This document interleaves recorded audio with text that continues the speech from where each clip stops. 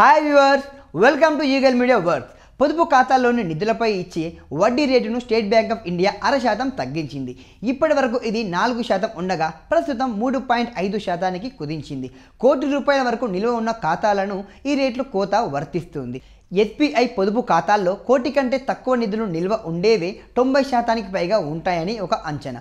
సామాన్యుల నుంచి సంపన్నుల పైన ఈ ప్రభావం పడుతుంది. పొదుపు ఖాతాల్లో కోటికి మించి నిధులుంటే మాత్రం 4% వడ్డీ రేటు కొనసాగుతుంది. పొదుపు ఖాతాలకు సంబంధించి జూలై 31 నుంచి 2 రకాల వడ్డీ రేట్లు వర్తిస్తాయి. అందులో ఒకటి, ఖాతాలో కోటికి మించి ఉంటే 4% వడ్డీ రేటు కొనసాగుతుంది.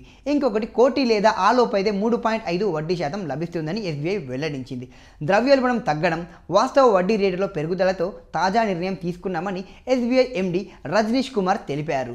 నవంబర్లో పెద్ద నోట్ల రద్దు అనంతరం పొదుపు, కరెంటు ఖాతాల్లోకి భారీగా నిధులు రావడం వల్ల నిర్వహణ వ్యయాలు పెరగడం ఇందుకు మరో కారణమని కూడా చెప్పారు. ప్రస్తుతం బ్యాంకు ముందే రెండు మార్గాలు ఉన్నాయి. ఒకటి, మార్జినల్ కాస్ట్ ఆఫ్ లెండింగ్ రేటును పెంచడం, లేదంటే పొదుపు ఖాతా వడ్డీ రేట్లను తగ్గించడం. MCLRను పెంచితే SME గృహ రుణాల భారం పెరుగుతుంది. అందుకే పొదుపు ఖాతాల వడ్డీ రేట్లను తగ్గించక తప్పలేదని చెప్పారు. కాలావధి డిపాజిట్లపై వడ్డీ రేట్లను తగ్గించేందుకు కూడా సరైన సమయం కోసం వేచి చూస్తున్నామని అన్నారు.